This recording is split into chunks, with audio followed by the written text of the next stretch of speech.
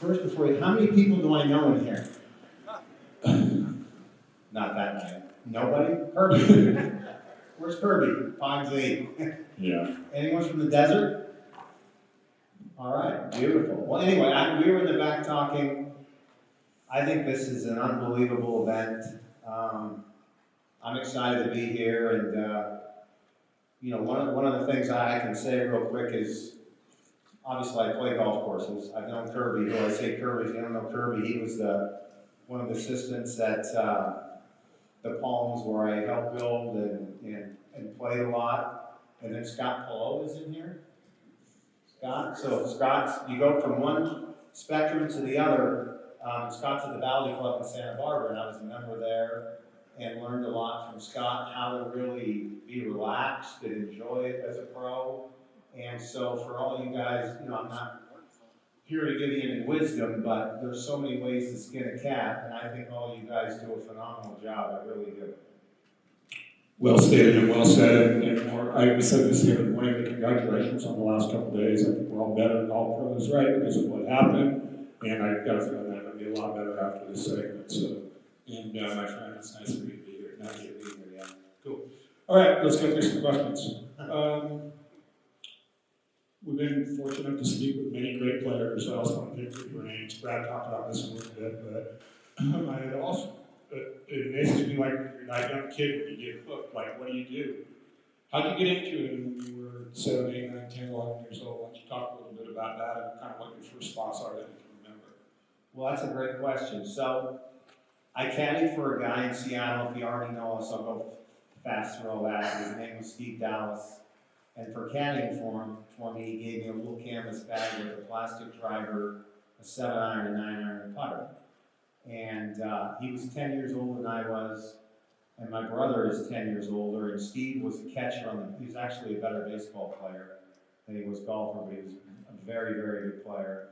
And he hung out with my brother. They worked out a lot together. And so I enjoyed being around them. And so I would go hit balls by myself, and I just loved it. And then as I got a little older, I turned out for my dad's baseball team when I was only 12. And he coached 13, 14-year-old kids. And so I just wanted to play for him, and I couldn't play for his team because I wasn't old enough. So then from that day on, which crushed my dad, but worked out pretty well for all of us. But I started playing golf every day. So Steve Dallas, I played with a lot. I played with older players. I grew up at a public golf course. If anyone's ever played Jefferson Park in Seattle, if you haven't, it's just your typical little public course. I worked at the range when I was 10.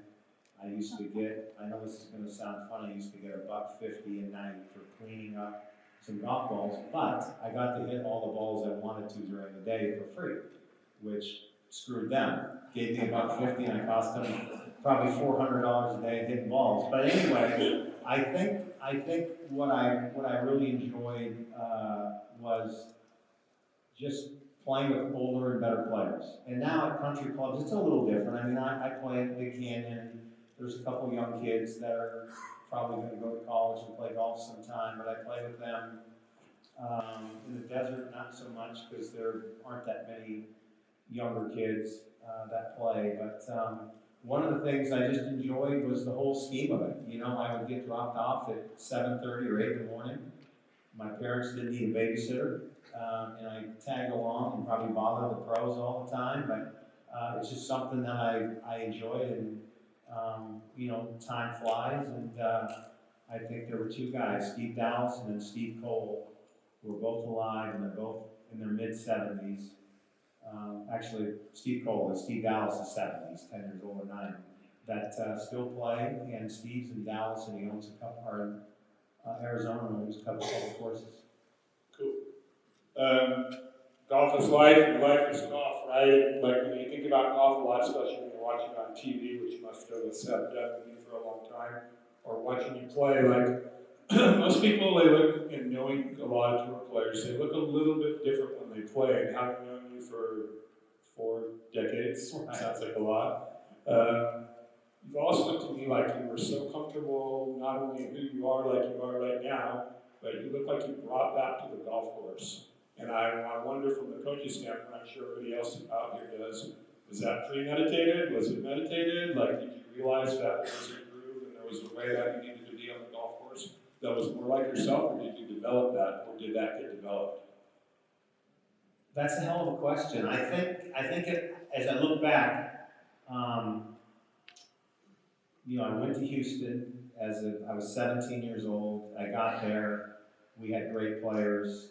Blaine McAllister was a college roommate. If you don't know, Jim Nance was my other roommate, and then there was a guy, John Horn, who played the tour. So, when I got to school, I was just a punk from Seattle. I could start naming them. There were so many great college players, and I think it's easier if you go under the radar as far as feeling pressure. Nowadays, let's say one of you have a son, he's 18 years old, and he goes to college for 2 years, and they pay him $500,000 from Callaway to come play and use my clubs, and he's doing outings. That's a lot of pressure. So the game's changed, everything's changed. The money part of it, I have to be honest, I don't know how many people in here gamble and play at their club with people, but, I don't know what you play for. Some may play for dinner, some may play for $10. But if you all of a sudden go play and some guy invites you and says, yeah, well, we play for $200 Nassau's, you're going to get extremely nervous because you're not used to it. So for me, I got on the tour and I felt pressure unlike anything, but I wasn't John Cook. I wasn't Bobby Clampett, who maybe you don't know, he was the guy when he was 18 years old. There were other guys too, Marco Mera. So I was kind of under the radar, and I just got better. And I won my first tournament. I guess it'd be the '83 Kemper Open in a 5-way playoff, and that kind of set the tone to not be less nervous, but to say, hey, I can do this. But the nerves come. Shit, I could wake up tomorrow and go play next week and feel more nervous than I ever have. But most of the time, I think it's the way I swing. I don't wear a glove. I don't get really high, and I certainly don't get too low. So I just look relaxed. But I'm a pretty nervous guy a lot of the times. But one of the greatest things was said by Paul Azinger. We played a few Ryder Cup matches, and I played with Brad Faxon too, and he's very calm and a great partner. We hit it off well. But Azinger told me one time his hands were shaking so bad, but he goes, I love it. And he says, I can play with my hands are shaking. And honestly, some guys can. And I think if people tell you they're not nervous, they're lying to you. Yeah. I can tell you from my standpoint, the secret I get to watch, the more that you can be like what you are, whatever that is, like make rice pretty fast and, chew his fingernails and, shred more cash, more groovy paint, certainly like that in that way. So I think the more that you can act like that, and the more you can train your students to be like that, probably the better that you're going to be. In my humble opinion, you do better than almost anybody's ever done. Well, I appreciate it. Now I'll take a quick story. So in '86, talking about club pros, and so I was working with my teacher, Paul Marchand, who I went to college with, and Paul was at River Oaks in Houston. And his boss was a guy named Dick Harmon, who passed away several years ago, but you all know the Harmon brothers. And Dick was the guy who started with Stadler and a couple other guys, Lanny Watkins, and so then I went to see him at Paul's request. And so I spent the week there. And the story I'm getting to is not knowing Dick, being a little nervous around him, but being in the golf shop. I used to hang around the golf shop. I didn't want to go hide and go other places. I wanted to see what this thing was all about. And so I would hear all these members come in and tell Dick what was kind of right and what was kind of wrong with the course. And so I said to Dick, how the hell do you do this every day? I mean, 350, 400 members. And he says, I'll tell you how I do it. I go down to that cart room, and I go in this little corner, and I scream. I won't say the word, and he says, that's how I get over it. And I do it every day, and I've done it every day. So I just felt like, here I am, I'm 5 years on the tour, and River Oaks, if you haven't been there, it is probably the nicest golf club in Houston. And here's this guy, Dick Harmon, who's supposed to be, coat and tie, and he goes downstairs and screams the F word, just to cool off a little bit. I thought that was pretty cool. That's probably the most relatable thing we've heard in the last couple of days, right? Okay. Yeah. Going on that one, we want to make this like a conversation. So, knowing Paul, who's coached for a long time, and obviously we love long-time coaches, we think it's important. Knowing the Harmons, there's this story, and you can tell me whether it has validity or not, but I've heard it a bunch of times from a bunch of different people, including them, and God rest Dick. I guess that Fred's like, maybe it's a second number one in the world. He's playing like the best that he's ever played. And so they say to him, hey Fred, we got to get some footage of you, and we want to take this footage of you now some time. And Fred's like, do we need some footage? So, anyways, he gets it both out there. And so, you remember this story? No, keep going. Okay, cool. So, well, you're going to be the one that decides.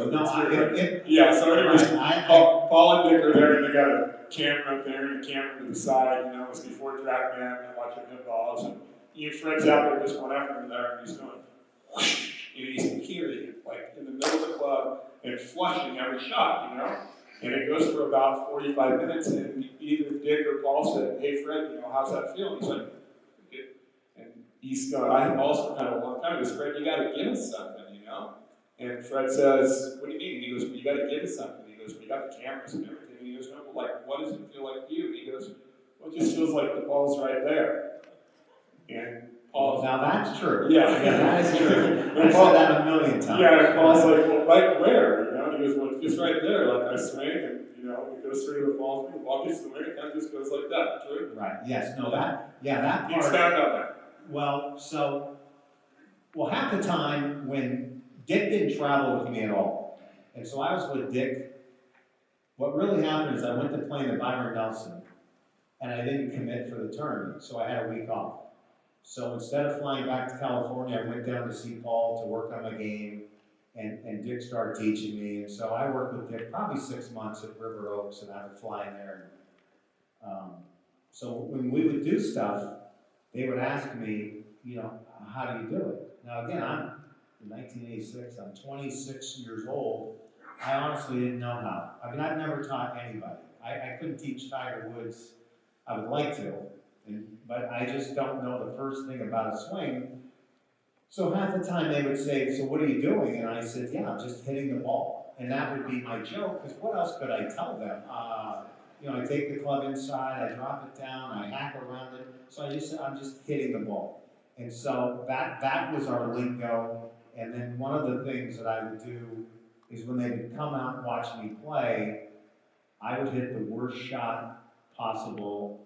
Like I would go play a few holes and Dick would drive out and it'd be on the 12th hole at River Oaks. It's a dog, and I would slice it into this canyon on purpose just to get a reaction.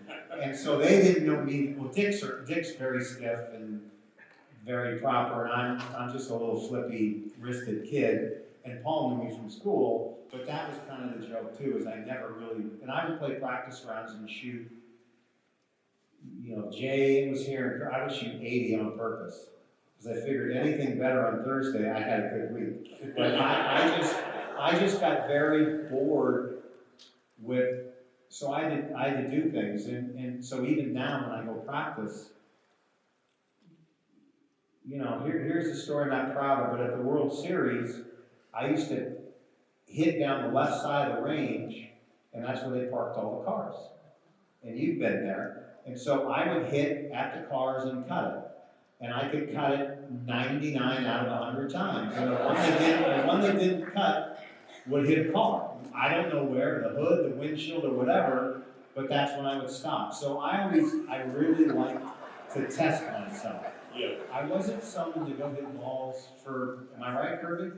I wouldn't go hit, Kirby's seen, I would go hit balls for 20 minutes and I'd say, Party, let's go play. Well, he's working, he can go play at 5 when it's dark at 5:20, and I'd say, well, I don't have time. So I would hit a few and go, but I always felt like golf was really a test. And so by it being a test for everyone to me, I always tried to test, and Paul was my teacher, he is again now, but I left for like 3 or 4 years and I worked with Butch Harmon. and it crushed Paul to this day, and we don't really talk about it, but I've had Paul since, from '87 till now, except for 3 full years. So it's a test, and I know you have Jamie's got kids that I adore. I love them all. I think Patrick Cantlay is more than unbelievable. And so there's a way that when I grew up, Steve Cole and Steve Dallas, they had me enjoying it. And when I say enjoying it, that means curving the ball all over the place. And so we played one day, and Jamie will come watch a few holes at Big Canyon. And so Patrick hits this shot. In the second hole, there's water a foot left of the green, but you can bounce it in there. So Patrick roll hooks this forehand in there, and I stare. I'm 40 yards from him, and I said, "That's what I love about you, kid, that you hit all kinds of shots." And that's what I try to do, and really with the help of, this is a long answer, but with Dick and Paul, I really learned how to play golf kind of a different way. Good answer. Thanks for letting us get the brain a little bit on that. And I think for us out there, we're all trying to take something like our job is to identify the good and identify the bad and learn what they do and how they learn and how they go about it, and then teach them as their individuals. And we talked about that a lot, but I think he's just stated that perfectly from a player standpoint. And remember, we're coaching players and we're not the player. One time I was with Patrick, I was hitting some shots with Patrick, and I go, "Well, I do this," and he goes, "I don't give a shit what you do.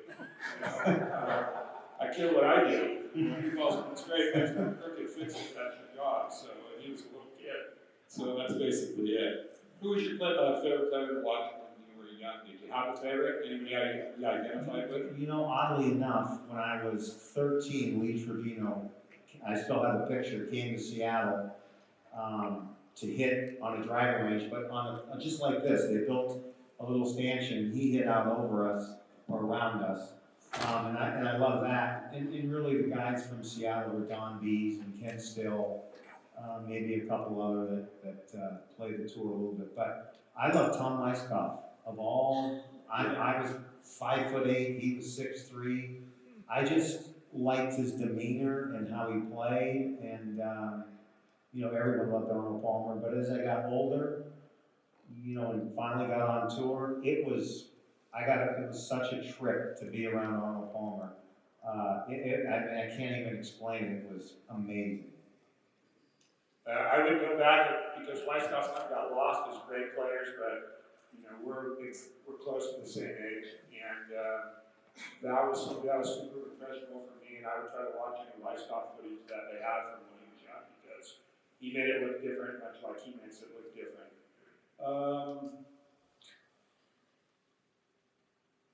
You ready for this one? Sure. Okay. I'm ready for anything. No. Especially the blue blazer. I feel really good about this. This This will be, when I go to the car, this will be wadded up in the trash on the way to the car. You want to talk about the blazer tax? Right. So 2 days ago, well, first of all, there are a few people that actually texted me and said, "Are you really coming?" And I'm like, "Yeah, I'm coming." And then finally, I told one guy I wasn't. It was a friend from Vegas. I don't know if he's here or not, but he was teasing me. But so I text Jamie, and I've been around him, and we played his club 3 weeks ago on a Saturday. Yeah. And I didn't call him, but I asked Donnie. I wear shorts everywhere I go. So we show up and 8:30, and he comes out. He's got his Vans shoes. No, he had the cool Nikes on, skateboard shoes, and he's got shorts on, and he's looking like $1 million. So we play the first hole, and I love this guy like a brother, and I go to my buddy. I said, "Could you imagine Mr. Voorhees, who's at Big Canyon?" He says, "Yeah, he wouldn't be wearing shorts for long. He'd be fired." But this guy runs the show, and it's pretty amazing. So I call him, and I say, "What's the attire?" And he says, "I think he said pants. Slacks or pants, and a shirt and a jacket." So I text back, "You mean like a slick-looking jacket? Because I didn't put sport coat in there." And he says, "Yeah, but don't try and look as slick as me." Then I told him to ask his girl. Right, and that's Suzanne, yeah. So Suzanne told him to wear something else, and he wore the one from the 1998 Ryder Cup. Speaking of Suzanne, is Chris here? Chris Lee? Chris is over here. That's Suzanne's teacher right there. So Chris, yes, Chris is Chris is from Big Canyon and teaches Suzanne hopefully a couple times a week, which keeps us still together forever. She's got a good swing too, Chris. You're doing good things over there, and she's good for you too, pal. In my mind, swings are either completely neutral or have things that offset each other. Now you're ready. Your grip is strong. Your club face is open on the way back. The club face is up. What does that mean? Yeah, I do. That's farther than I thought we were going to make it. The club is up on one plane, you drop it onto another, you stay behind it, you turn out of the way, and it looks like an impact. Your hands, at least one of them's not on the club. How did all that come together? Are you thinking about doing all these things when you swing, or is that just what it is because it works? And before you answer the question, remember, golf swings either are orthodox or they're a combination of things that work, and they don't have to be what we think is perfect. So, well, I honestly think, maybe not at right now, but when I was 55, I felt like I hit the ball better than I was 35. Which isn't odd because the clubs are so much easier to hit. I don't know. You know, I have clubs that I just moved and I pulled out some Hogans that I don't think I could break 85 with tomorrow, even if I drove it really well. But so when I was in my 30s, I could really go at it hard, and I could cut the ball and hit it as hard as I possibly could. So that lasted till probably my early 40s, and then I became more of, you know, I mean, I've heard more than just that, drop it inside, and it kind of helped my back, you know, where before it was going this way, but doing that with my spine, and my spine is curved, but I'm able to get around, and I, you know, knock on wood, I've had back problems since I think I was 31 years old, but I've never had a thumb problem, I've never had a wrist problem, I've never had a knee problem, so I learned how to play, and it became where if I felt crappy in one day, I could still maneuver the ball around, and if I got through the day okay and shot 72 or 73, I wasn't out of the event. But, you know, to answer your question, I honestly think that I could find ways to hit the ball. And I think that's what is keeping me still playing when I'm 60. Whereas I look at some guys on TV, and I love the way they play. I'm a huge watcher, and we'll probably get to it later, but being the President's Cup captain for 3 years and then being assistant for Jay, watching people play from behind. So when you're golfing, right, we're playing, I'm hitting here and you're standing right here looking at me. When you're the captain, I'm leaning up on the back where they have the signs, right, because I'm just watching them. And you'll hear him say, Dustin Johnson would tell his caddy, hit at that bunker and I'm going to draw. And the thing would go at the bunker and draw. I mean, they play a different game. I feel like we were pretty good when we were 30, 35 years old. These guys are way better. They hit the ball. I'm not saying distance. If I can hit it 280, they're hitting it 300, 310, that's just manufacturers and the club and the ball. But it's just the way they play. And if there's one thing that kind of I find funny is how high they hit it. And I don't know if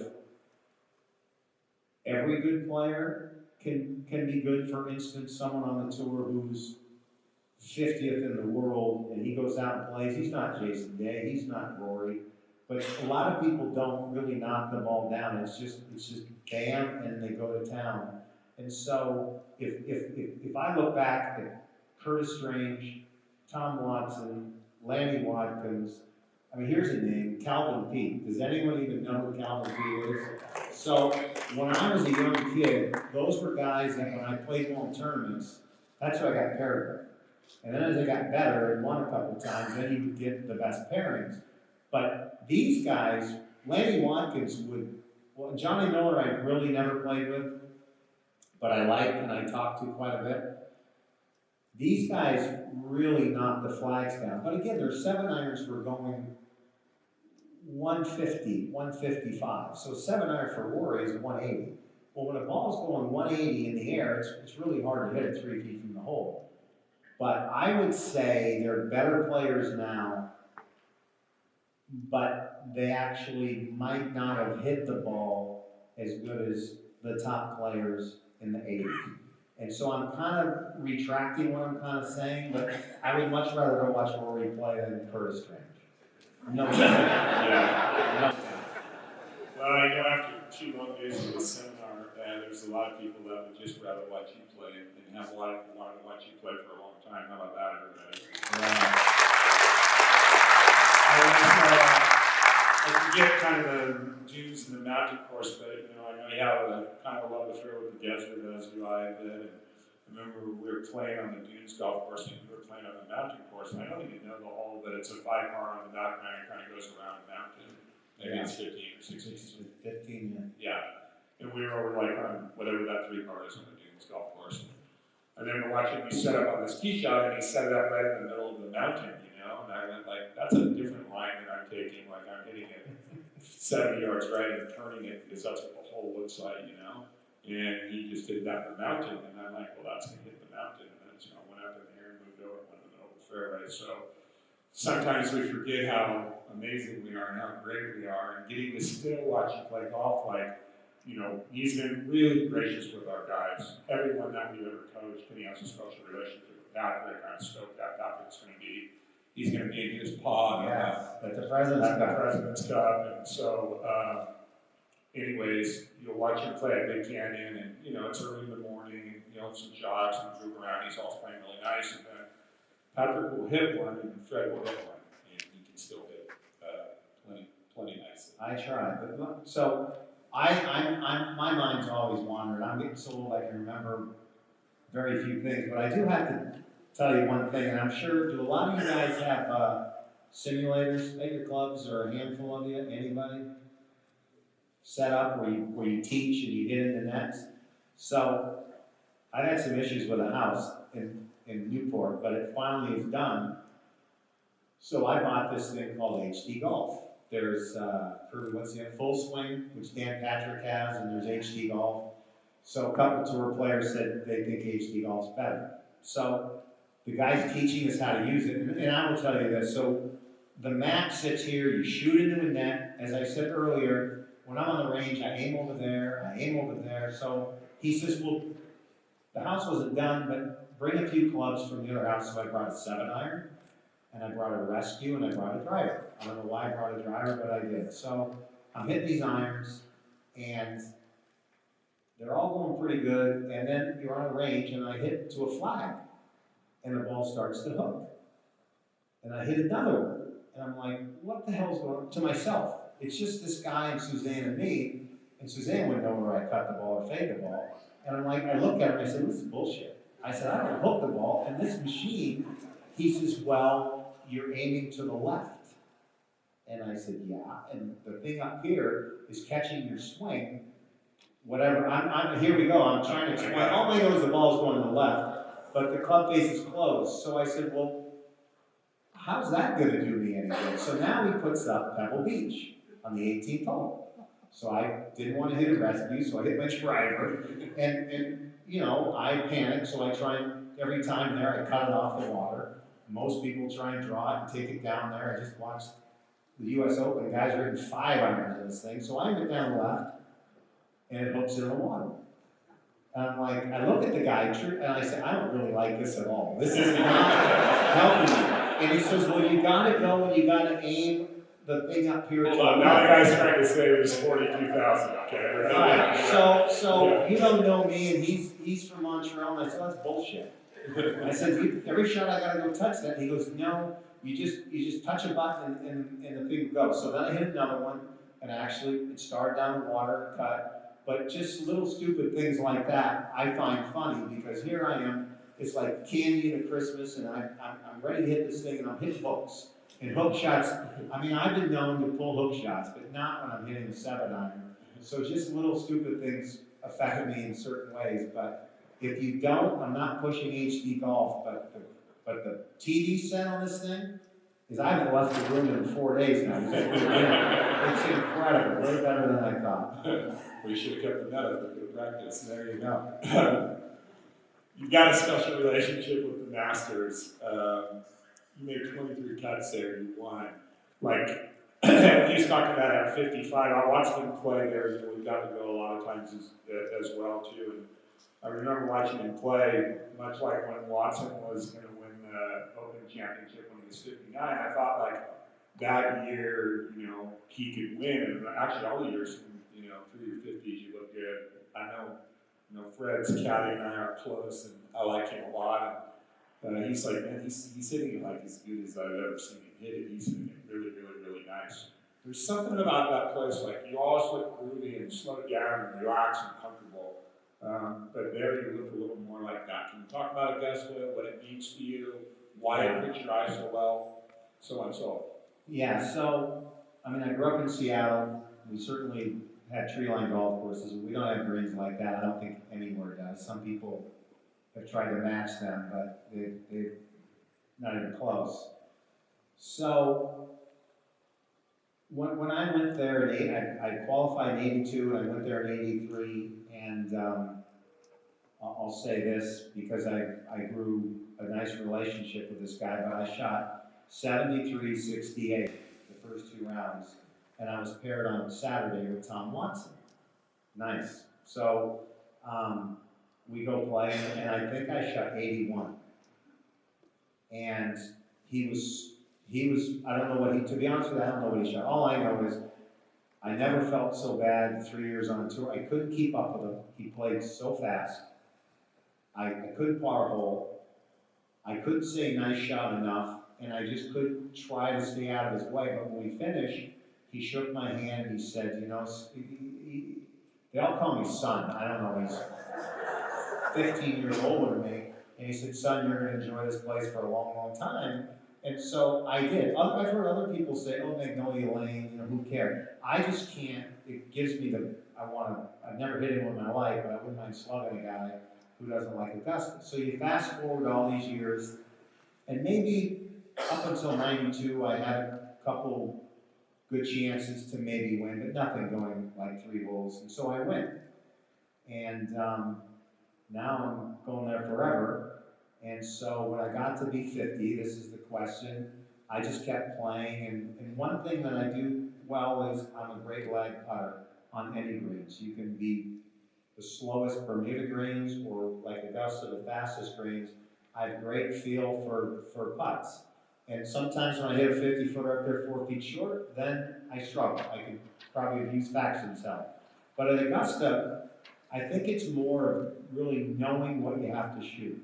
When you go play a British Open, it's kind of the same. I can't say for the PGA, because I've been to PGAs where guys shoot 20 under par.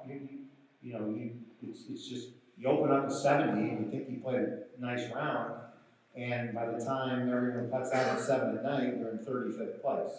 Whereas at Augusta, I just knew every score, so I would never panic.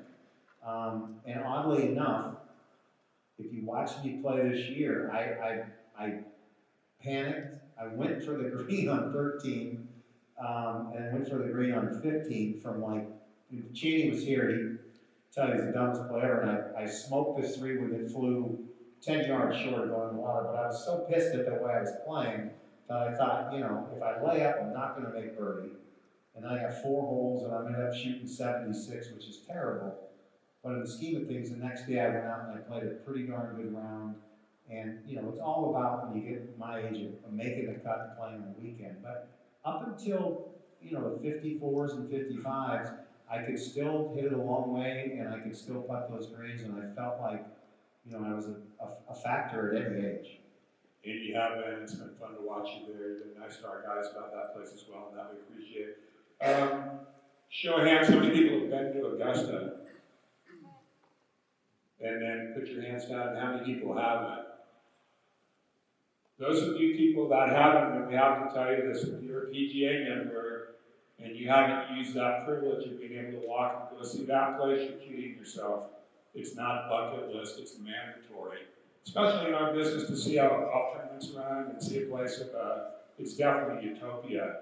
And then you know, I've been 27 times, I think, maybe 28 times shorter, let's probably know that.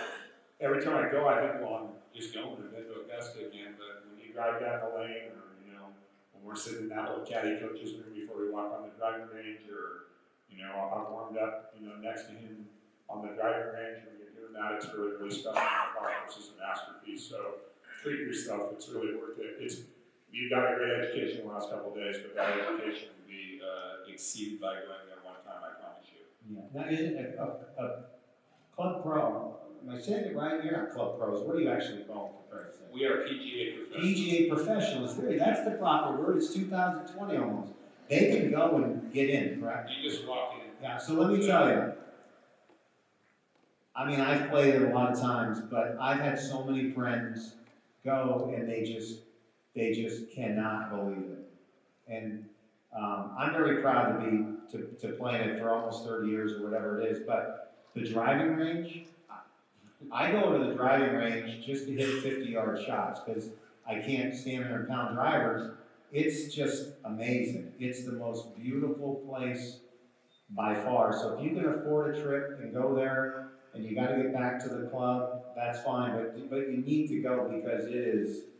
I mean, a lot of my favorite places are on this West Coast, and I've never gone to Pine Valley. I probably never will because I don't want to get on a plane and fly to Philly and get in the car and drive. But I did go one time to Augusta for 2.5 days, and it was the only time I've ever gone besides the tournament. And I'll tell you why I won't ever do it again. I went with Sam Reeves, who's a really good friend, and he picked me up. I was struggling a little bit with a lot of things. We went there, and I'll tell you, 2 days, I hit driver 2-iron and driver 3-wood in the first hole. That's a waste of time. And it was so cold and windy, but just to walk around and have fun, it's an amazing place. Last thing about Augusta real quick, I never hit balls on tour. Like, I think that's something that you shouldn't do. And there's something in your mind about being a player or a coach. Like, it's hard to do it from most spots. I haven't seen anybody that's really great at it yet. Either you're a player or you're a coach. It doesn't mean you can't play, you can't coach. Craig Marlowe's here. You know, Craig, he's not coaching golf, and he's very good at it, I'm sure, as he was a really good player. But I think you got to separate the two of them. Patrick and I are there on a Saturday when he's an amateur, and we're on the 13th hole, and we're the only two people on the property behind besides Aaron Dodley and his caddy, and they let whoever's there go to the tournament, go to the course as many times as you want. So Patrick's an amateur, and him and I are playing, and on the 13th hole, we're kind of figuring the 13th hole out, and he hasn't really seen it, and it's tricky. It slopes way more than you think, it turns a lot harder than you think. Yeah, it's short if you gin it, but it can be really long if you don't. So Patrick rips one down the middle, and he's got like 210 to a front right hole location, or actually middle right hole location. And then he hits up one up there where Phil hit it in the pine needles, you know? And so him and the caddy are up there, and they're kind of talking about strategy. And he's kind of standing there, and I don't know what happened. I just grabbed this 4-iron out, and I just said, F it, and went like that. And he went, oh my God, I've never seen you hit a golf ball before. Like, what are you doing? You know, and I looked up and I go, look, buddy, God just hit this right next to the hole, and it went right next to the hole. I don't need to hit it in Augusta anymore. Well done. I've asked you about this before, but I think it's going to be helpful for everybody else. You have a pretty good rule of when you're hitting it bad, you don't practice, and when you're hitting it good, you do. Where'd that come from, and how much sense does that make? Well, the world's changed a little bit, but again, when I started playing, I felt like when I took time off, I could pick the game up really, really fast. And I can take time off. I mean, some of you know me, I can take 2 months off and get away from golf. And people say, what do you do? We don't need to get into that, but I can do anything. And I just felt like, and I tell Patrick this, and I used to tell John Ballinger, your guy, or a lot of other, of Lynn Roach, my managers, young guys, I said, look, you guys are treating this like this is a sprint. I said, this is a marathon. Don't worry about how the hell you're playing. I said, you know, Rory, even some of these guys, and a slump for Rory is maybe not winning a year. in a year. Not winning a major, because he won 4 or 5 of them really fast. So for me, it was more of when I played really, really well, I enjoyed the practice, because I felt like I could go out there and I would hit and shoot at a flag, and it looked so pretty going to the flag. And when I was playing crappy, I would sit there and try and hit balls, and I forced myself to start aiming at something. So to answer your question, if you've ever seen me on the range, very rarely past an 8-iron do I aim for a flag, because I think it's degrading. Like, when I go play, I don't want to think my 6-irons are all going to the left of the flag or to the right. I just hit, and I try and get loose. And then when I go on the course, then if the pin's back right, I try and fade it in the back right, and certainly if it's not in the left, do I try and draw it, but I try and aim at the flag and hit less cut. And when I practiced, I just felt like I didn't like the feel of not hitting the ball well. So I would get away from it and work on other things. One year, I struggled in the sand, and a lot of that could be hit a good bunker shot and miss a short putt. So I worked with my bunker game a lot with Paul. And you can look it up, and I went out and I was #1 in sand saves. So there's so many things you can do besides go bang balls. And I just felt like, for me, especially when I got into my 30s, that I wanted to last. I wanted to play a long time. And I knew, everyone knows their body. And I just felt like when I felt good, I practiced. And when I didn't feel good, a lot of times I played crappy, so I wouldn't practice that much.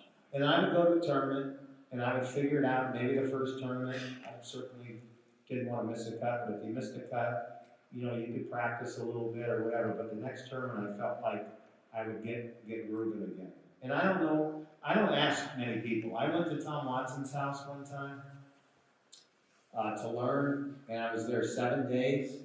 Now, I will say I left with his wife's driver, which was a 3-wood I used, I'm glad you had a driver after that. and won a few tournaments with this thing, but we never hit a golf ball. I was at his house 7 days, and I didn't have the guts to say, "Hey, Tom, I flew here to watch you practice," and I'm like, "Holy shit!" And the next week I played at Westchester and I finished 3rd, and I took 7 days off from playing golf when I was going there to really work on my game. He does that, he fishes, he hunts, now he's an old man now, but he rides horses and has fun. But back then, that was like when he was extremely good player and still playing, would never touch the club. Yeah, and I would say from a coach's standpoint, if you asked me 30 years ago, I would like, we were working harder. I think the players are working harder at being fresh and physio and nutrition and all that. But the quality of their games, so they're fresh up, they can play is a big thing. And I think he just said that from a playing standpoint. And we always tell our tour players, our goal is to train you so you win on the Champions Tour. So, you got to be careful with your time. Let's do some quick hitters, not like in the fairy style. I'm not going to ask you boxers and Bruce, but best driver of the golf ball and why? Well, I would say Greg Norman. Now again, it's 40 years I've been trying to do this, but I'd say when Greg Norman and I played with him, because it just went so far and so straight. Best iron player in the game and why? And Tiger Woods, and now Tiger Woods. For me personally, I think it's because half the time when he's playing in these big events, he's hitting at 12 feet right or left of the hole, and that's where he's aiming. So if you watch him, he, for me, is by far the best iron player, by far. Like, if I'm going to give him a 10, I wouldn't give anyone else a 9. I would say the next guy would be an 8. Great. Wedge player being 100 to 130 yard wedge player. Who's that? I'm giving you all ones on TV, but Steve Stricker. But if you go to their other guy, Zach Johnson, is incredible. And all that's done with, so once again, Stricker and Zach Johnson hit a wedge, a pitching wedge, let's say they had a pitching wedge, 120 to 130. Rory, I play with these guys. I play them in Napa. I played in Augusta, and LA was, I can't compare it, all I did was hit woods there, it was so cold and wet. But at Augusta, I play with John Rahm. We played 6 holes, par 3 down the hill, and I'm hitting a 5-iron, it's 190 to the pin, back left, and he's hitting the 7-iron. And it's not much, and then we go around, and he hits a par 5, and I ask what he hit in there, and, you know, it's a 4-iron. And so when Joe LaCava, now I'm bouncing to Tiger, when Joe started caddying for Tiger, Joe caddied for me for over 20 years. So every night for weeks, I would text Joe, because I would watch golf, and I'd say, what did Tiger hit in the 15? And he'd say 254. And it's just incomprehensible to me, unless you're playing with Kirby, who I've mentioned his name 10 times, but Kirby can hit an iron. And I don't like playing with Kirby much anymore either, because he hits an 8-iron 190. And I feel proud I'm hitting 5-iron. It's just no fun to watch. But you strengthen your irons like I do, and now your 5 is, a 4, and you can start to look a little better. But I think the best players are the best players for certain reasons. If you look at Rory, no one drives the ball like me and Tiger, will tell you. No one drives the ball like him. It looks different. If he has a better wedge game, Rory would win 4 or 5 times a year. But that's harsh to say because I think Rory doesn't putt like some guys, but Rory hits the ball incredibly well. You got Jordan Spieth, which hasn't won in a couple of years, and you can see where a guy gets off a little bit in his ball striking. He's still an incredible putter, but you've got to be able to do a lot of things really, really well to play on that PGA Tour, and most of these guys really can't. And then you go play. I just played with Emiliano Grillo at Napa. Holy cow, this kid hit it pure. And he says, "Nah, I don't putt very well the last couple of years." And I'm like, okay, I don't know him that well. I never even met him, but he hit the ball. They all hit it really well, and you guys see it. I'm sure some come to your clubs or you go to tournaments or you have Craig Barlow's in here. He played a tour. He knows how good these guys are, and I think you have to have, just like your job, you have to have confidence in what you're doing. If you don't, I'll go a little tangent here. So I compare you guys to, I'm what they call a tour player. I could never be a PGA pro, ever. Wouldn't even know the first thing about it. Even if I retired when I was 40, I could go teach, but I couldn't do that because I don't know how to teach. So I could pick up the range for you for quite a bit more than about 50 when I was 10. Not with that But the blazer. point I'm getting at is so when you want to get better, you have to give it a lot of effort. You can't just say, well, I've been at this club for 4 years now, and, I think in 3 years I'll be maybe at Bel Air or Riviera or the Madison Club or somewhere else. It's not like that. Just like, tour players who play, I know all of you do, and you see them hit the ball, and they work really hard, and sometimes it just doesn't work that way. But that doesn't mean you don't keep working at it hard. And I think for some of us, including me, you sit back and you just relax, and the next thing you know is, wow, I was 10th on the tour last year, now I'm 50th, and that job at Bel Air didn't go to me, it went to this scum over here from Chicago. And I think we all look at things differently because, a third club pro at a club makes this amount of money, the second here and here and here, and we all want to get up to a certain level. But I think for me, I was never really worried about money. Now, a good year, you're going to make, what did Patrick make last year, if you don't mind me asking? On the course. $7 million. $7 million. So we made a bunch in the thing, but my first year in 1981, I made 73 or 76,000 bucks. And I laugh at that. But I was also like top 3 in driving, and I hit 273. So those are numbers that no one even pays any attention. But if you have a good year now golfing, just like you guys, and that's what this seminar, I loved hearing. I was in that green room about fitness, which I can't get into much, but the teaching aspect of it, I travel around and I see guys out there teaching that were like Craig Barlow. So they're teaching guys short game. There's so many specialties, and just like your club, I think like for Chris, he teaches Suzanne. All she wants though is I want to go bang balls. I want to go bang balls, but she'll play 15 holes really well, and she'll get 3 bunkers and make 10s on the holes because she can't get out of it. And I'm like, Christ, it's the easiest shot in the world, right, Chris? You just hit it fat, you follow through. But that's my point. Is I have a lot of respect. I started out saying I have a lot of respect for you guys because everyone's job is hard, and the more you do it, it can get easy and it can become hard again. But I really enjoyed it in there listening. I thought this was just a stuffy old thing, and he had Faxon come. He's going to spend a couple days in California, and he's one of my favorites, and we've been together a long time, and he's so excited to be here and help. And when Jamie asked me, I said, of course, I'd love to do it, but partly it's because I enjoy being around, in my field. If you guys were all restaurateurs and you had restaurants, I'd say, Jamie, I have no interest in going there. But it's kind of fun to see people that you can relate to, and I just relate to you on a different level. I go to your club, I expect my clubs to be taken out of the trunk, put on the golf cart, but please don't put the name on please hide the name. That's a trick you guys all do. You plaster our names out there so we go snap hook it in the woods, everyone knows, shit, that guy's not all that good. But I like the bag where the handle's out and the name's scrunched up against the cage. But I will say that this has been, I know we probably have a few more, and I wouldn't mind taking a couple questions. Yeah, we do. But this is fun for me, because I could never be a PGA pro, but I can hang out with you guys all the time. Thanks for that.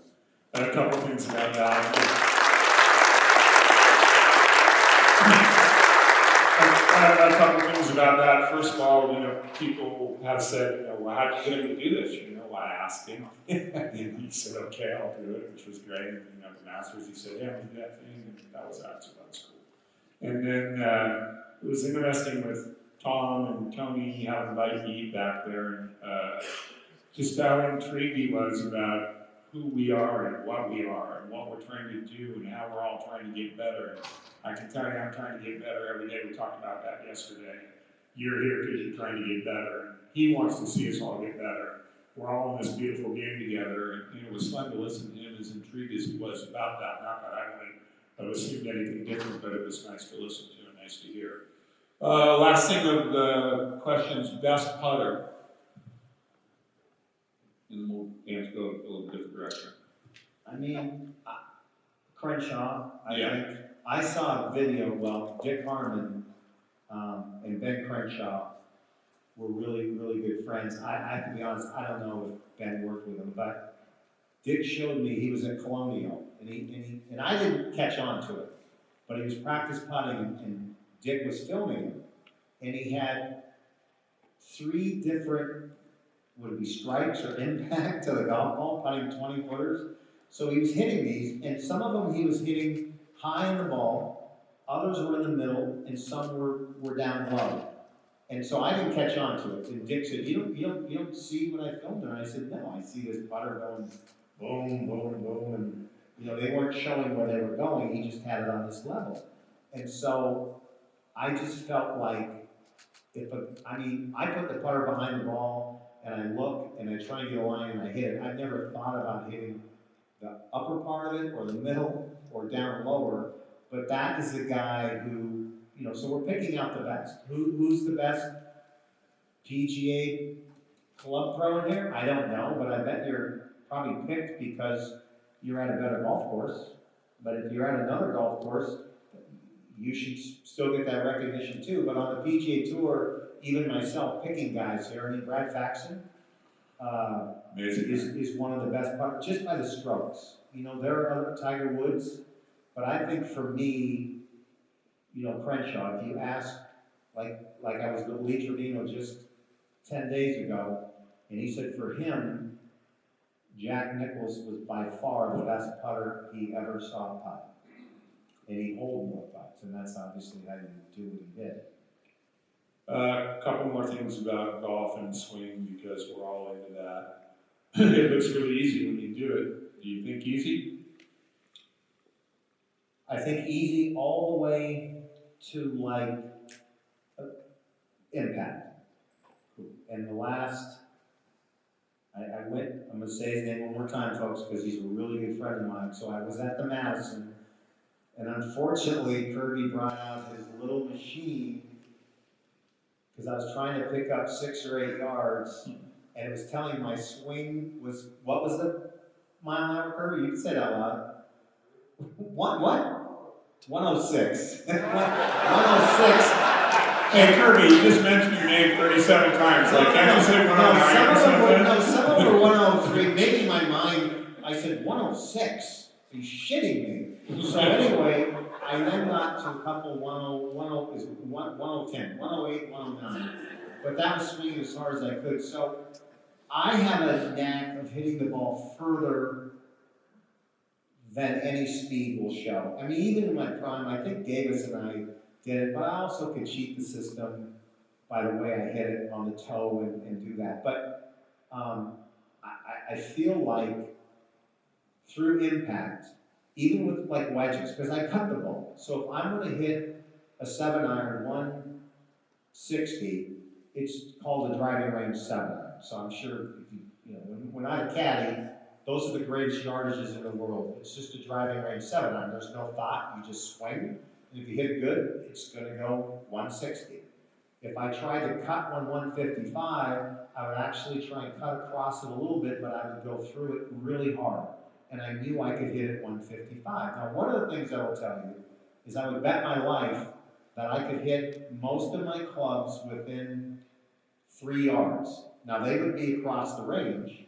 You know, not every 7-iron. I wouldn't hit a 7-iron right at the flag and have it go 150, and then another one go 158. Mine would just go sideways, and I feel like that is what really made me a really good iron player.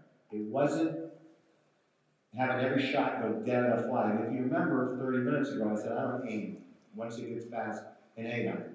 I don't have any interest in aiming because if I'm not hitting it at the flag and I go on the course, what makes me think on the 3rd hole I got 185 and a 6-iron and I'm going to just say take it right at the flag? And that's one thing, if you've ever caddied for me, I don't want to hear that. I don't want to hear take it right at the flag. No shit, I'm going to try and take it right at the flag. I don't want to hear anything but a yardage. I don't want anyone to tell me what to do because I've stood on holes before, and I'm not better than anyone else, but like I used to have a caddy before Joe, and I'd say, I'm going to take it at that guy in the blue, and I'm going to cut it. And he'd say, well, there's 30 guys out there in the blue, and I'd say, well, that guy right there in the blue. And he would laugh. But then it just becomes a joke, and then I have fun with it. So, you know, I've been on TV enough, and you'll hear me say stupid things, but it's really that inside joke with, I mean, I lived 22 years with Joe LaCava, playing 18 to 20, 22 tournaments a year. I mean, he drove me everywhere. I never drove. Well, the first time, the Bob Hope was his first term, I drove to the course, and he said, no, this isn't going to work. I'm not driving with you. So he drove for 22 years. Every year, you know, when I work Cadillac, I get this big Cadillac, and I never drove him. He drove me everywhere I went, and I was fine with it. We have a lot in common. I don't like to drive it. Yeah. Your grip pressure is probably the lightest in the game that I've seen. Conscious or not? You know, I won't ramble on this. It's gotten really tight. But when I was playing for the longest time, you could actually come and pull it right out of my hands. I don't know why. Now, I for the life of me, I'm trying to grip it lighter, and I'm really struggling with it. It's interesting on that, and occasionally he's been gracious enough to let me say something to him, hey, and I don't do it very often, but maybe I see this or that. But when it has been best, it looks like it's falling. Yeah, and the club feels better. It looks like it's falling out of your hands, and that would be an interesting thing for us. Tight and hard, you like, in my opinion, I think light is good, and he's definitely look pretty light. Last thing about the swing, everybody, not your mental head, because we're not going to go there today, but that would need me an answer. Yeah. your head, when you're hitting it, it looks like it just kind of floats in space. Conscious or not? My head? Yeah, it looks like it just floats there. Well, it does, and And you did think anyone about watch the Tiger Woods thing the other night? The- No, that's the- how boring it was. the Did you see when skate. they showed Sam Snead? Did you watch that? Yeah. And who'd they have with him? Rory? No, Dave? Where Dave's back was a little, just showing the position. So Sam Snead, I mean, again, I'm not anywhere near that, but that's what I feel like. In his neck, right? His neck, he was just hunched over the ball, and they say, oh, you want to be in a golf position, this way. I think you want to be in a relaxed position. So when you look at tour players, like a second baseman, when they say, be here ready to go right or left, but they're ready this way. I think too many golfers are this way. And I'm not a teacher, I just look at them and I think that. But the body posture looks better than Sam Snead. But I tried to have my head not move. And so being bored in a hotel room, I would go up against a door jamb and with no club and just turn. And really, I felt like if I could keep my head steady, the rest of it would keep happening. And the more that I moved away, one of my bad habits is when I play poorly is I get this way, so my head will go that way, and obviously it comes that way. And then you hit them to the right, and you get tired of that, then you flip at them and you start pulling them. But when I just think about things, my head is not one of them. It's just there. Yeah, we went to I'm going to talk about the President's and Ryder Cup in a minute, but we went to the President's Cup when he was the captain in Melbourne in, was that 12? 11? Yeah, in 11, and so I caddied for John Cook in the Australian Open. We all went down together. We had a really nice week and played a bunch of practice rounds and hit a bunch of balls. And those lines that we were talking about in our session the other morning, the longitude and latitude lines, like I'll stand there and watch, and I'm kind of looking over there like that at a tree or a little something over there. I haven't seen head still like that, and he's playing loudly at that time. So pretty good combo, right? Got the lightest grip in the game, allows the club to swing more than anybody, allows the club to fall down, allows his body to work. Doesn't think about a whole lot, stays really still, casual, cool little attitude, really great recipe. Hard to do. He's made it look pretty easy. That's just his golf. Let's give him a hand for that part of it.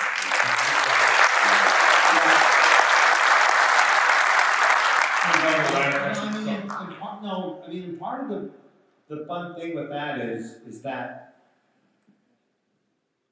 and I don't know if I've complained much about my back, but when you're really stiff, you do everything you can to feel relaxed.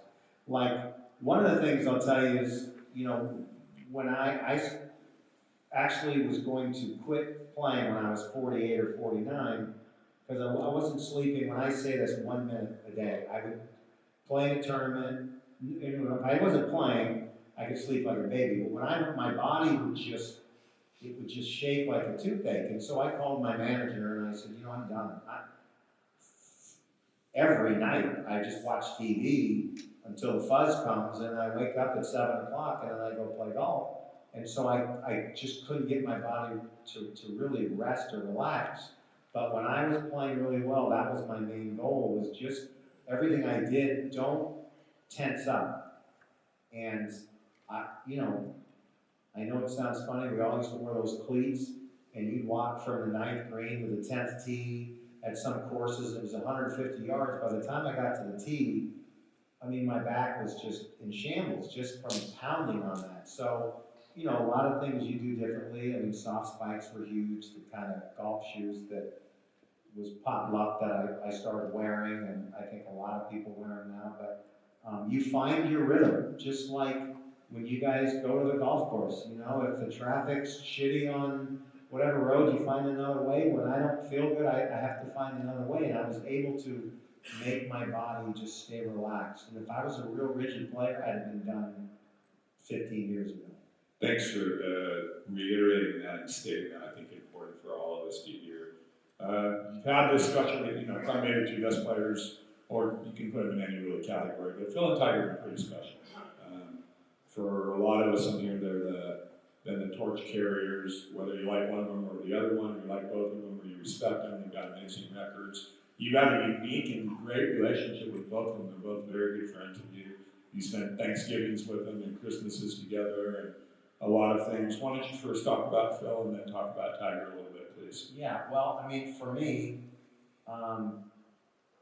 Phil they're completely different for me.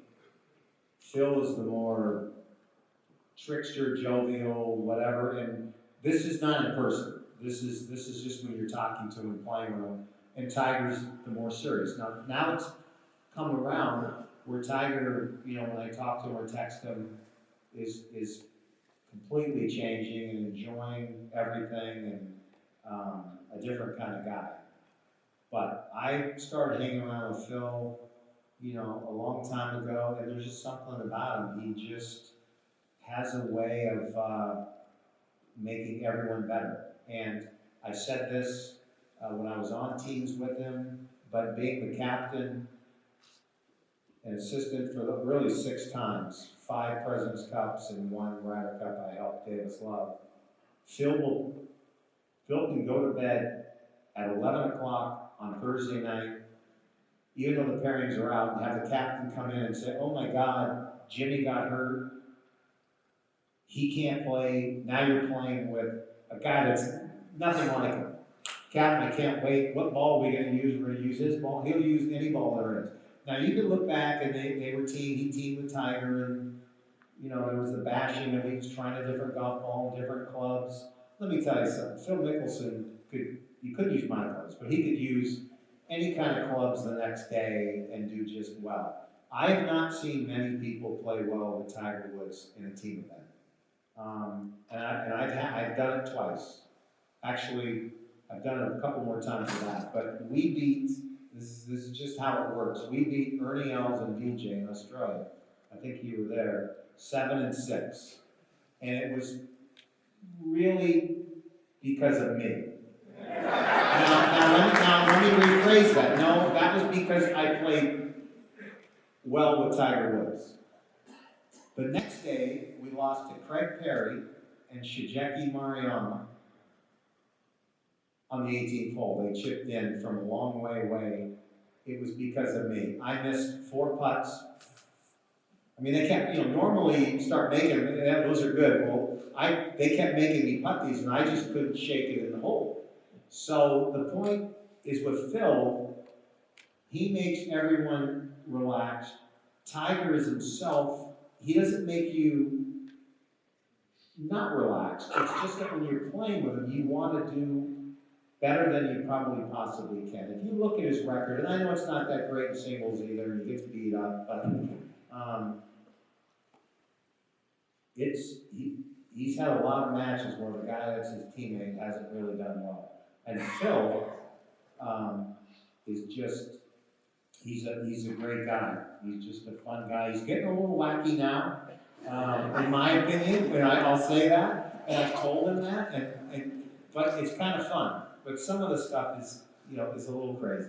It's tweeting, right? Even I tweet once in a while, but I don't tweet. Someone tweets for me. So I have to text them, is it okay if I tweet? Yeah, what do you want to tweet? And then I'll be a smartass and I'll say that LeBron James is a complete idiot and I love Hong Kong. And he goes, oh my God, we can't. And I said, no, I'm just kidding you. I'm just kidding you. So then I'll text him or text him back and I'll say, hey, can you tweet congratulations? My last text was Andy Murray winning tennis because I love everything, and then for Justin Thomas. And I don't even look. I don't even know if he tweets it. I don't know if it gets out there. I don't have a clue. But I've been told from some sponsors to start tweeting, and I tweet once a month maybe. But Phil, now one thing You changed. Well, I broke down. Yeah. But when you get to be 60, people don't really want you that much. So if I can stay with Bridgestone and Echo and all these people and tweet a little bit, I'll do that. Maybe like on your 65th and my 63rd birthday, you can teach me that. I'll be done. Yeah. I will come to you when I'm 65. I'll come back every year, but when I'm 65, I don't think I'll play any tournaments. This year I'm gonna play 12, hopefully I'll make it up to Sherwood. It doesn't seem like many, I just love it, but I'm not as prepared as I wanna be. And I just don't play as well, like missing the cut at Augusta, I'm okay with that. Napa, I was actually not, it bothered the hell out of me, and I'll tell you what, even on the drive here, I thought about my 76 in Seattle about 2 months ago. Losing with a 5-shot lead, I mean, shit really bothers me. Whether people think, I mean, but that should really bother you, like, I'd rather have my car stolen than shoot 76 in front of your home crowd. I got a feeling there's some good golf. I get to see it. Give me a couple, 3 young players that you like and why. Well, I mean, how young? Like just like Like 22? Like not Phil Kyle, you know, like in the JP or that group. Yeah. Wow. You love to watch. I mean, he's also too. He's not saying this, but this is the biggest sports fan. He doesn't miss anything. Kirby Red, he knows every score. He knows 2 picks in the 9th. He knows everything Now, that's see, going on. we'd have had a huge problem if the Dodgers won the World Series tonight. Yeah, I got it. I may have had a helicopter with Kirby going to the game. And I would just bill it to whoever the hell I don't know it to. You're not Tom? But, or any other Dodgers from out the window there. But, you know, I think it's I enjoy watching other people do stuff. What kid you like? But the kids, wow, what a question. You know, I think you're going to love, I'm going to tell you. Yeah, give me. You're going to love Xander. He is super special. He's going to be in this pod, right. And he is, I don't know how much of you have spent some time, I'm not sure Sean's here, but he's a lovely kid, man. He's got a beautiful swing, he's got a beautiful stroke, he gets it. We spend a lot of time with him, play some practice rounds with him. He's a winner, he's tough. His dad's done a great job coaching him. He's a special kid. No. And now you've said him, if you ask me something a little bit different, I could start naming them. I would say Victor Hovland, but these are guys who have gotten out of college and have won. And then the other kid, Matt. Yeah, Matt. What's his name? Matt Wolf. Matt Wolf, thank you. But yeah, Tony Finau is not young, but they're young to me because they haven't been on the tour that long. Yeah, Xander Schauffele, let me tell you something. I've watched him a lot on TV. He's a very special player. I've walked by him at Augusta. I don't know him at all. I will get to know him in Australia, but you can read it, anything. Just like Patrick for 3 or 4 years, you know, there are guys that can't miss. And when I was a lot younger, you know, I used to talk about Mike Weir. There's a guy who's a tour rep now, Brian Clark. Craig Barlow will know Brian Clark. When I first started playing with him, I thought he was going to be a long-time tour player, and he just couldn't sustain it. And so I giggle at where the tour's going because Nick Faldo, right, retired at a young age. Justin Leonard stopped playing at a young age. So these guys like Matt Wolf and Victor Hovland that come out of college, they're the real deal. They hit the ball 100 miles, and they can really putt. And in my opinion, if you can do that, you're way above the scale. And if you're an okay iron player or from 150 in, then you're going to be good. Like if I had a son, which Hunter is a stepson, he's 11, he's a very good athlete. I would take away every club in his bag but a driver and probably a rescue and let him have the 7, 8, 9 irons and just go play golf and the wedges. The 3, 4, and 5s, they're all okay players with those. You know, not Tiger Woods, but if you handpick a lot of the tour players, they're okay with them. But where they really excel is from 150 in, and when you're really good at it and long, you're going to be a good player. You can't miss. I have one more question, and then we'll open it up. We got a few minutes up to some questions here, but I like to get this one a lot with people, and I know that it's going to be interesting to hear. Let's have you go back in your memory and think about the best that you ever played, like when it felt the best, like when you knew that you could go wherever and whenever and do what. Give me a paragraph or 2 on that, or 3. whatever you want to do. Well, it's pretty simple. I won 15 times, and I won 3 times I won at LA, which is my favorite course besides Augusta, but Augusta's different. And then I went to Bay Hill and won. I was up by 8, and I think it actually got to 3, and I think I won by 7 or 8. And then I went to the TPC and I played okay, and then I shot 63 on Saturday, and then 2 weeks later won at Augusta. So in that 2.5 month time period, I mean, when I went to Augusta, if you don't know this, I was in Minnesota at the Final Four watching Monday night's game. So I didn't feel like I had to be at Augusta. I wanted to be there instead. And when I got there, I played a good practice round and another one on Wednesday. And I was just hitting the ball really, really well. So that's one time period, but there was. Can you remember those feels, or can you remember the feels, the feel would be just as simple as it can be. I mean, the feel is the feel of a golf club. Now I can't grip it looser, but I mean, and I'm very free. I remember for one stretch where I just had a great lesson. And part of the problem I had is that's why I started working with Paul Marchand, is I said, you guys, you've got me swinging shorter, but when I go play in a tournament, it's just going to get longer. So I would have Paul come to tournaments. And this is what times have changed, but this was back in the late 80s when it started. And I would tell Paul, you got to stay and watch me play Thursday. I don't need you coming out here Monday because I'm not going to be there. But I need you watching me play on Thursday because it was important for me to not get nervous and lazy and make a longer swing when on the range you're just piping every shot. So that was one really important thing to me. But I think in the game of golf, when it becomes easy, it's just a mind deal where, I'm not the guy to tell you, oh yeah, it's like, all I see is the fairway, because I can play ball and hit it all over the lot, but I don't let anything bother me, and I never think about one swing time. And the one thing now is, when I play, I'm trying to go through the ball really faster at impact, the last couple seconds or second, and I'm trying to grip the club a little looser. And for me, my little brain, that's too much. It's too much.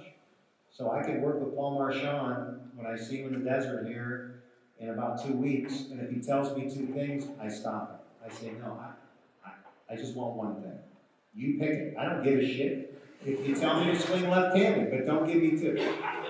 And so that's another thing that, you guys, I'm sure you work with some guys and you get them hitting it perfect, and other guys that are just as capable, they might not understand the same way. That's why you got a tough job. I mean, you work with other players, and if a guy's swing is faster or slower than the other guy, you have to have it. I'm the only guy who's worried about it.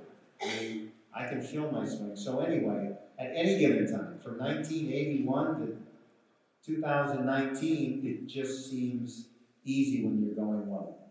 And then I think we all make it harder when we're not, and I'm included. And I could name it. I think Jordan Spieth's making this so much harder than it should be. And you just want to, I've texted him a couple times, and I tell him, look, next question. When they start talking about putting, next question. Why would you want to answer how bad you're putting every time you see a media guy? Why would you do that? I mean, I was in a car wreck 22 years ago. They don't ask me every single day, hey, how was your car wreck? I just tell them. And then the first thing I see them after I text them, they're all talking about it. Yeah, I'm not made, I'm doing this and that, but my scores are just next question. Let's talk about something positive. And missing short putts is, now he's back to putting well. He's got to play a little better. It'll come. I mean, he's 20, I don't even know how old he is, 28. He's very good. Yeah. But it's almost like a Hall of Fame career already. Oh my God, yeah, that's one thing that you look at. I love Brooks Koepka's comment the other day is, I don't know who was asked or what, but they're asking about Rory. He goes, hell, he hasn't won a major since I got on tour. And some people like me laugh at it, and other people come up, can you believe what he said about work? Well, I don't know the context of it, but I'm sure he didn't say, hey, that guy sucks. He's never going to win another one as long as I'm on tour. But he's not won a major since Brooks got on tour, and Brooks is winning a lot of them. Let's open up for a couple questions, and then we'll tie it up and get everybody home. If you don't have any questions, you don't have them. All right. Shoot. John. I don't. I probably went through the whole year using the worst set of grips. They're made by... Oh, let's not say it. No, they're made by the same company, but I used them for a long time. Victory grips, yes, green. But then I used the black velvet, no cord, but the black velvet. And for some reason this year, I thought I could grip the club a little lighter, so I used Golf Pride, but they're the rubber, slippery, whatever, but I'm too lazy to change them. I'm a grip freak.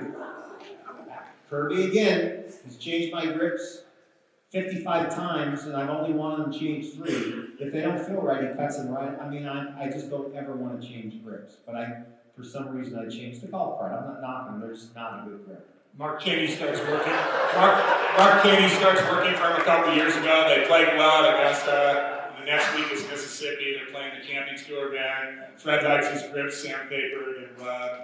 And so Mark's doing the grips. And then the next day they go to tee off. And they're playing maybe on the last 5 par. And Fred's got 4-iron in and he hits it. And he turns to Cheney and says, I thought you sandpapered the grips. And Mark says, well, I did. Yesterday I didn't. And Fred said, BS. Every day. He said, BS and don't lie to me. Ever, we're going to have a great relationship. So Cheney called me that night. He's like, oh, it's kind of disturbed. Like, Fred ate me up when we're leaving this tournament. He just played great at Augusta. So what happened? And then Mark called me back about 15 minutes later. He goes, you know what? I forgot to do the 4-iron yesterday. Somebody disturbed me. It's pretty crazy, right? Well, there's just, and again, does anyone sand their grips to make them feel tackier instead of changing them? See, I make a set of grips last 2 years. Yeah, 2 years. And let me tell you something, when I change that grip, all hell breaks loose. I feel like a beginner. There's just something about it. But I lightly sand them, and I don't leave them in the garage. I don't leave them in the trunk of the car. They're in the hotel room. Not me, Cheney. Cheney's job is to get them in the hotel room. But I just want them to last. I cannot change a grip. And the other thing that I'm the weirdest guy in the world is if you went to my bag right now, and I tell every caddy, you can drag my irons on the cart path. I don't really care. If you put a scratch in my putter, rescue, driver, 3-wood. My 3-wood is a Callaway Squareway. It's 17 years old, and it's brand new. And if somehow, if I was on the thing playing with someone and they nicked it, God is my witness, I would give it away. I cannot look at a club with a scratch in it. My irons, I don't care. Run them over. Other questions? Got a question there? I grew up in Seattle, not with a very wealthy family. I got $5 a day in the summer to play golf, $3.50 to play golf, and I could get a burger and a Coke for $1.50. And gloves even back then were like $5 or $7. I used to wear an All-Star. Anyone remember All-Star grips? Sure. And my parents just couldn't afford them. And I got caught stealing one out of the golf shop. So, and I stopped wearing them. There's one picture that I have a glove on, and it was in the driving contest in 1982 at Southern Hills. And if you remember, tour players that were in the top 6 got to hit in this thing. And if anyone's ever been to Oklahoma in August, I'm telling you, a lot of the PGA of America people pick these places to play. But you would sit and wait, and my hands got so sweaty that I borrowed a guy's glove to hit. I just didn't think I could hold a club. Other than that, I don't think I've ever hit a shot with a glove on. Maybe a couple of those times with a rain glove. You know, those black things that you put, like people wear when it's really raining. I've hit not very well, but I've tried to hit those. But I don't wear a glove because I never have. It is interesting that you're only touched with the club and you're going for field, do you feel something better with a glove on or not? It's always been an interesting one. I know that in our business we like selling gloves. Other questions? Somebody's got to give me a Ryder Cup or President's Cup, a fist fight, something. Yeah. I'll be truthful. What you got?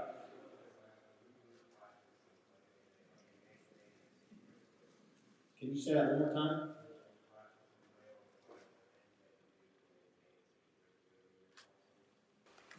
Yes, there are two things. One of them is I used to count 1, 2, 3, and again, where it goes is irrelevant to me. I mean, I feel like I'm good enough to get the ball to where I want it to go, but if I'm working on pace, and then in the old days, I don't do it much anymore because my body won't let me, but I would hold the club at the top of my swing, and Paul got me to do it, and then I would make a swing, and I could work my way up to any club, but I could hit it the same distance.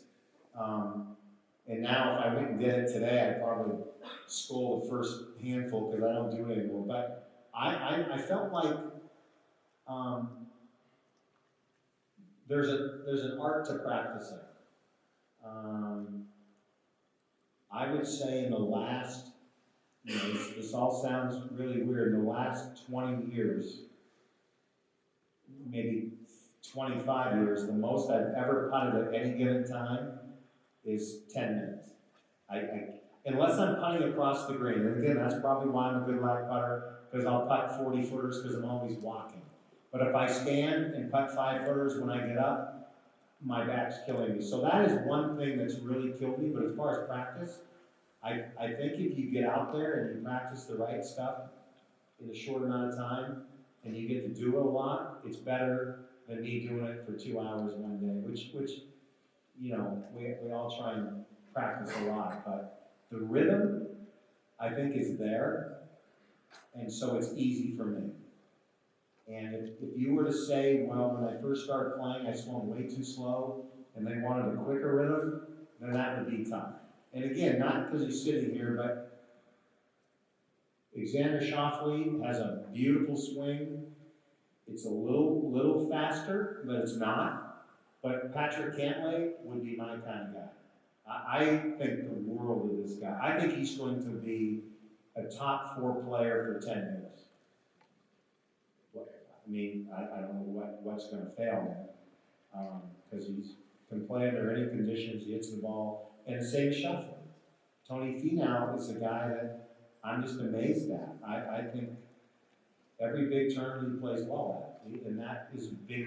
They call him Big Game Tony, and that's a big thing to have, and I believe it would be shocking if he's not picked for the President's Cup. We're going to take 2 more, okay? One there and one over there with Joe. I'll start there. Yeah, what's your takeaway from the radio show that you've been doing now? The new kind of. Yeah, Surprising that you're doing it. What have you learned from it? Positive? let's see. The takeaway was I didn't know how to get rid of a couple guests the first time, so I hung up on Jordan, just literally hung up, and he was at the Ryder Cup in somewhere, and he was nice enough to be up at 1 in the morning calling, and I'm sitting there near the show, I got 100 texts in a matter of minutes. You just hung up. I'm like, no, I didn't. I said thank you, and then bam. I enjoy it, and let me tell you, it's a lot of work, but we try really hard, and someday I'll run out. But I mean, the guests we've had. We had Jerry West for 40 minutes. We had Michael Jordan. We've had Coach Saban came on for 30 minutes, which I don't think he does much, but we just call these guys and they love golf. Coach Williams, Coach K will come up soon in the next few months. That's cool. But it's almost like, George, I'm not going to spend a month worrying about this. If we don't get a guy, we'll talk everything and anything. So it is fun. It's a fun 2 hours. It used to be 1 hour, and then we said, it goes too fast. I want to do 2 hours, and they said, sure. Great. Joe. Fred, you alluded to it just a second ago. What is the most contentious experience you've seen on tour between players? Any fist fights? No, I was certainly joking on that, but,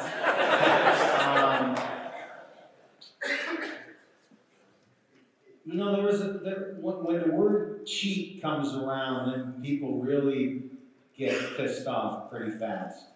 But I would say the heatest, well, I'll tell you this quick story. So Paul, at Kiowa, maybe some of you PGA guys were there, at Kiowa, Chip Beck and Paul Azinger had just played Severiano, Ballesteros, and Jose. And they were up a couple after 6 or 7, and then someone noticed an alternate shot or long ball was played. We already all know this. So, and I said this on the Faraday show, but they come in and they were both like, I've lost so much respect for Sevi. I can't believe it, blah, blah, blah, blah, blah. So while we were finishing that morning, finds out Ray Floyd and I are playing Sevi and Jose. And I swear to God, on the first hole, Sevi, when Ray's hitting, goes in the middle while he's addressing the ball. I don't remember me, because I was so nervous I wasn't thinking, but we both played the hole, and I said to Raymond, did you hear that? That's what they were talking about all morning. So now we get to the second tee, and it's a par 5 at Kiowa, and all 4 of us are playing because it's best ball. And Raymond says, why don't you go ahead? So I run ahead, and he stays back and talks to Sevi. And Stevie Williams was caddying for Raymond at the time. So they get up in the second fairway, and I said to Steve, what did he say? And Raymond says, I'll tell you what I said. I said, Sevi, we're going to stop this gamesmanship right now, because I'm way better at you at this than you are than me, so let's just play golf. And then it was a very nice day, but I guess at that time, that was one of the worst things that I've kind of heard. I don't get that involved. I know there's been a little bit on the Champions Tour with the long putters, and I may have made a comment or two on it, but no, I mean, just adding to the fire, but guys are really heated about it. But I've never really seen anything. I just, there's so many bad drops that are taken from other players, but, you drop a ball here and you know how to play golf. But in 40 years, I've never seen maybe DJ and Phil at the Champions locker room in Augusta. It was about spikes, and both of them wore spikes, I believe. But Phil was leaving some big marks in the greens, and we're all sitting there, and I'm laying down, I'm laying down, which I always used to, on Billy Casper, because there's not much room. So I'm laying down like this, and I look up, and I went, oh my God. And so anyway, they went from across tables, back and forth, and at Phil's table was Jack Nicholson and Arnold Palmer, and they're yelling across at each other. And basically, it was just hey, tap your spike marks down. And it was the way they were saying it was very. I like stuff like that. I don't want to see a fight, but I like little girly stuff like that. First you, and then Fred will close this out. Our host, Pechanga, right, with Randy and Scott, what an amazing hospitality and cool place. Let's give them a huge hand.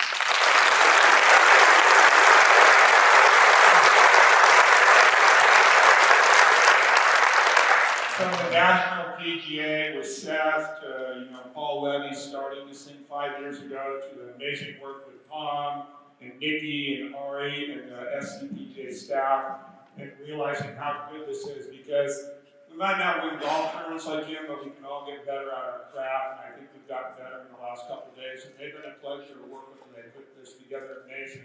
So let's give them a huge round of applause.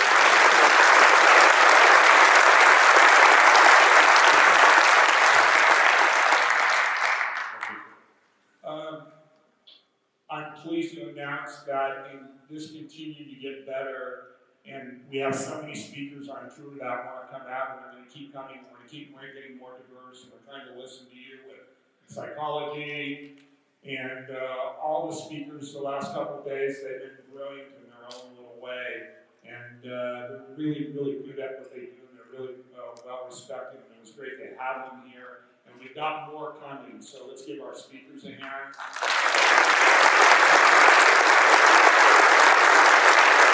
And I'm very pleased to announce that next year on the 19th and 20th, we're going to go to the iconic, his favorite place, the Riviera Country Club, to do this next year. And so, please I promise you that the speakers' agenda will be great. And lastly, my friend, you've been amazing for me. Like, I can't believe how nice you've been to me as a coach, our players. He's so good with our guys. Like, I can tell him one thing for him. Tried to play golf with him, and he's been good to all of them, whether it was John Cook or Paul Guidos to American Mellinger and Thomas Ulo, and him and Patrick are very, very close. And he's helped Patrick a lot. He's subtle and humble about that, but he's helped Patrick a lot, and Patrick thinks the world of him.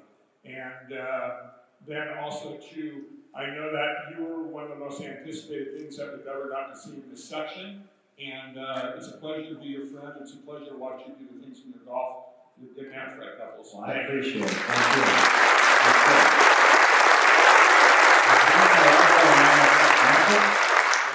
Nothing?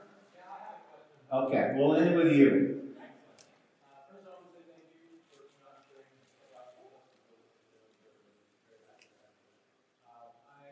want to ask you about the baseball. The baseball? Oh, with Joe? Yeah, so, I started seeing a guy in Seattle, and I was like, everyone's eyes start to go bad at a certain age.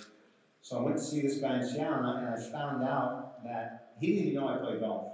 Okay, there's been a couple things that have happened in my life, but I had back problems with another doctor, and I talked to the guy for an hour, and he said, well, you ride a cart every time you play golf, right? I said, no, sir, I'm on the PGA Tour. And he said, and literally, with Lynn Roach on the line, you can walk and play 18 holes. I said, 6 days a week. But this story is even quite better. So Joe LaCava and I used to do, I couldn't throw a football, but Joe and I would do everything else. So he used to always carry a glove, and we used to play catch. And I started to just have the ball pop in my glove. And I'm like, wow, I can't, so I would tell him, make sure you throw it. He's very good, so don't throw it. I just started losing my sight. So I went to see this guy, and some of the things he said made sense, but he didn't, again, he's an eye surgeon at UW. He didn't know me from Adam. But I'm right eye dominant, my left eye is like, can't even see. So a lot of that time is when I stand and look at stuff this way and aim left, I'm only making it up. But part of the things that I tried, I can't wear contacts, I can't do anything, but normally when I look to putt, it's this eye's fighting so much to see where I'm going that at least I found it out. But one of the things that got me to see the doctor, and he obviously knows, was playing catch with Joe. And another thing I used to do, not with Suzanne, when I was married before, I would walk up, her name was Tyson, I would fake hit her, and I could get within a quarter of an inch of her face. Don't try that. No, but I also would go up on the holes a lot of times with guys playing, and they would be standing here, and I'd scare the shit out of them, and I'd hit their pant leg with my iron. And I could do it all day long. I just have pretty good hands, so anyway, this. And I stopped, I didn't hit her to stop, but I couldn't feel any vision. And so that's just one of the things you have to forward to, looking forward to going blind, but that is correct. It was from playing catch with Joe, and I had no idea what the hell was going on. But we'll end it with that. Let's hear it for my friend.